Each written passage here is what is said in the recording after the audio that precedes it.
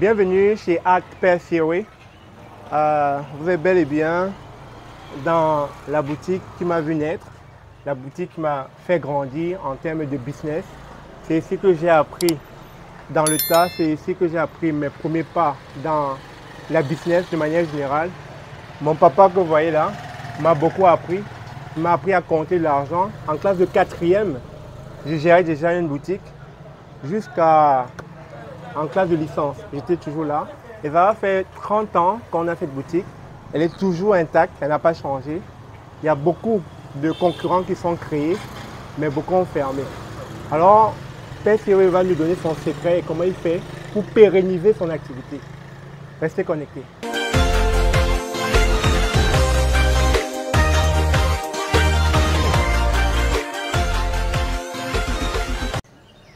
Bonjour, monsieur Siroé. Oui, merci mon fils Stéphane. Okay. Alors là, c'est mon papa que vous voyez là. On est comme ça dans sa boutique. Ça va faire combien d'années maintenant? Environ 30 ans. 30 ans que cette boutique est là, au Carrefour Cité Sicam. Personne ne l'a jamais délogé. Il a toujours su maintenir une business qui dure depuis 30 ans. Et la question est de savoir comment il arrive c'est-à-dire à ne pas faire faillite, parce qu'il y a beaucoup de concurrents qui naissent et qui ferment. Mais lui, il est toujours là, il est debout, bien portant, et la boutique aussi.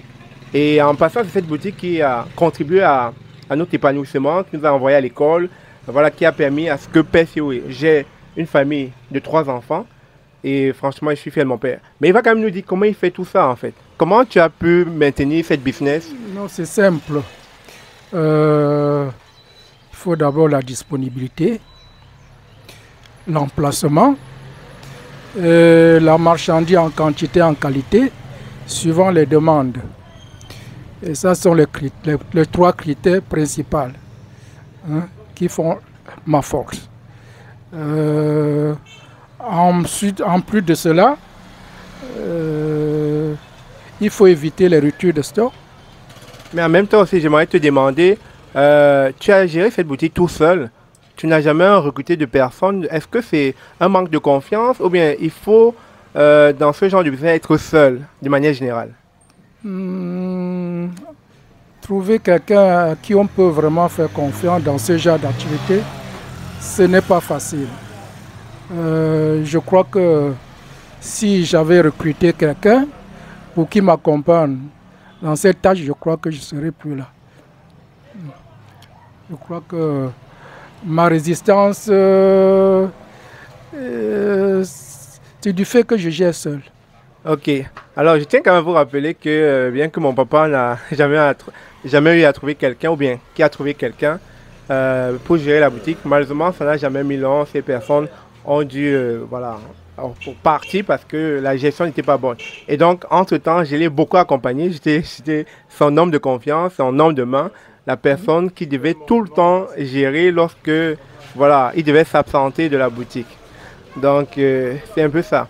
Mais Père Siroé, donnez une minute, il y a un client, le temps qu'il gère son client et puis il va revenir à nous. Donc, c'est un peu ça, c'est cette réalité qu'on vit au quotidien.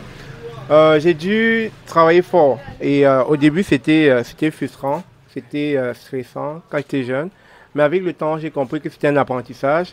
J'ai gagné beaucoup. Parce que, vous savez, lorsqu'on crée une boutique de nos jours, comme j'aime bien dire, c'est facile de créer un business, c'est facile de démarrer un business, mais la pérenniser, la maintenir, c'est la chose la plus difficile à faire. Et donc, tout le long de mon apprentissage, j'ai appris à savoir comment gérer une boutique, à connaître les entrées, les sorties, et surtout, comme disait tantôt, les ruptures de stock, c'est-à-dire savoir que, voilà, il y a tel produit qui est fini sur l'étagère, etc. Ou bien telle boisson est finie, il va falloir le remplacer pour que justement quand un client arrive, qu'il ne soit pas frustré. Parce qu'un client qui rentre dans votre boutique 1, 2, 3, 4 fois ne trouve pas son produit, il ne reviendra plus.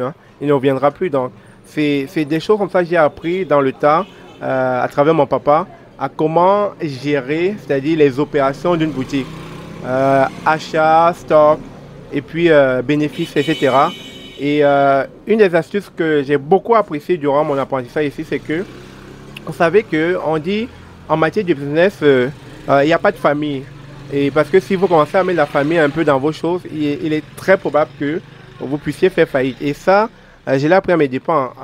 Lorsqu'on nous étions jeunes, on voulait peut-être prendre le petit déjeuner. Mon père disait tout le temps, non, non, le petit déjeuner, je ne vais pas vous le donner comme ça. Si je vous habitue à prendre le petit déjeuner ici, ça ne va pas, comme on avait dit, ça ne va pas contribuer à l'épanouissement de la boutique.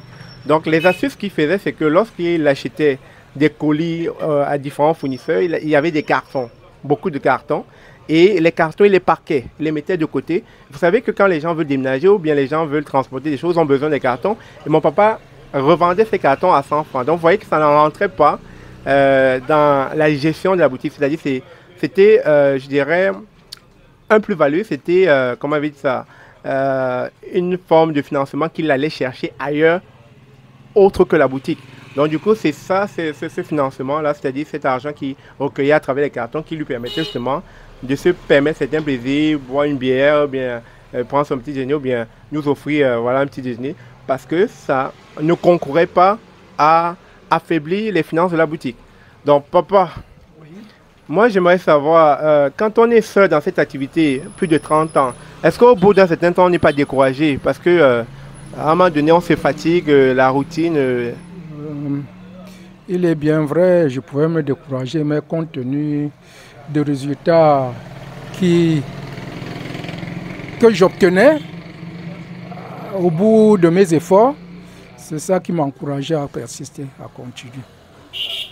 Surtout que moi, ce que j'ai beaucoup aimé, c'est que tu allais dans des tontines de plus de 300 000 et moi, je regardais ton activité et me disais, waouh, donc la boutique génère vraiment de l'argent. Naturellement, puisque toutes mes tontines que tu as connues, c'est grâce à cette boutique que je les tontinais. Et Dieu merci, je n'ai jamais été défaillant dans aucune de mes tontines. Moi, j'aimerais savoir comment tu réagis face à la concurrence. C'est-à-dire, chaque fois que les boutiques naissaient aux alentours de toi, comment est-ce que tu as pu réagir et comment est-ce que tu as pu te maintenir sans pourtant que tes clients voilà, ne te quittent? Non, ma force, c'est dans la gestion des clients avec courtoisie, mais avec fermeté, bien sûr. Ensuite, pour que je sois maintenu aussi longtemps, comme vous le voyez, c'est grâce à mon sens d'honnêteté envers mes clients et mes fournisseurs. Ok, mais je me rends compte aussi qu'il y a une certaine discipline de rigueur dans ta façon de gérer. Parce que si tu étais quelqu'un qui, voilà, qui aimait dépenser, c'est sûr que la boutique n'aurait pas tenu longtemps. Naturellement, dans toutes les affaires, il faut savoir, il ne faut pas que les charges soient au-dessus des produits. Donc les entrées doivent être toujours au-dessus des dépenses. Et en plus, il ne faut pas confondre le chiffre d'affaires au bénéfice. Hein? Parce que la marge, c'est ça que je dois pouvoir puiser dessus pour mes divertissements en quelque sorte, pour offrir soit un pot à un visiteur, à une relation, et jamais puiser dans le capital. Tout à fait, tout à fait. Bon, moi, la question que j'aimerais te demander, c'est que quel conseil pourrais-tu donner aux jeunes? Parce que tu es entré dans cette activité, ça va faire 30 ans maintenant, papa. Et aujourd'hui, tu vois qu'un homme, justement, peut vivre de cette activité. Hein. Et quel conseil donnerais-tu aux jeunes? Parce que les jeunes aujourd'hui n'ont pas... C'est-à-dire, ils veulent que les choses aillent vite. Oui, comme je l'ai dit à l'entrée de jeu, dans ce genre d'activité, il faut d'abord la disponibilité. Si vous n'êtes pas là constant, parce que vous n'avez pas rendez-vous avec quelqu'un, vous restez avant d'espérer que quelqu'un va arriver. Donc, il faut que vous soyez toujours à votre poste. Ça, c'est la première force, la disponibilité. Et ensuite, il faut l'honnêteté. Ça, il faut gérer les clients et les fournisseurs avec honnêteté. Si vous n'êtes pas honnête, ça, vous ne tiendrez pas longtemps. Si vous respectez les deux critères-là, je crois que vous ferez long feu. Super, super. Vous voyez que dans toute activité, il faut ça, il faut l'honnêteté. Parce que dans toute base d'activité, même quand on veut recruter quelqu'un, cette personne est malhonnête, au vu d'un certain temps, l'activité finit par tomber. à cause du manque de confiance. Naturellement, dans toute activité, même si vous êtes employé dans une entreprise, vous êtes salarié à la fin du mois, si vous n'êtes pas honnête, soyez-en sûr que vous ne tiendrez pas longtemps. Donc dans la vie, l'honnêteté, ça paye. Super. Merci, oui, moi je pense que j'ai fini avec cette interview. Et je ne sais pas si tu avais quelque chose à rajouter. Tout ce que je peux ajouter, c'est que les conseils que je donnerai aux jeunes, aux enfants, vraiment, c'est de ne pas... La précipitation, ça ne paye pas. Il faut aller pas à pas. Celui qui va pas à pas, il a plus de chance d'y arriver. Ça ne sert à rien de courir. Il faut aller, pas dribbler les étapes comme on dit. Il faut aller progressivement. Celui qui va progressivement, il a plus de chance d'y arriver. Merci Percy, oui. Alors, c'était une interview avec mon papa. Il nous a donné quelques conseils sur la gestion de la boutique. Et en fait, cette boutique, je l'ai gérée pendant beaucoup d'années. Donc, d'où mon sens des affaires. Vous comprenez maintenant pourquoi j'aime ça, l'entrepreneuriat. J'aime ça me lancer dans ce genre d'activité parce que j'ai pris goût depuis ma jeunesse. Et donc, voilà, c'est ici que j'ai grandi dans cette activité. Alors, si vous avez aimé, partagez, likez, abonnez-vous sur la chaîne. On se dit à très bientôt. Au revoir.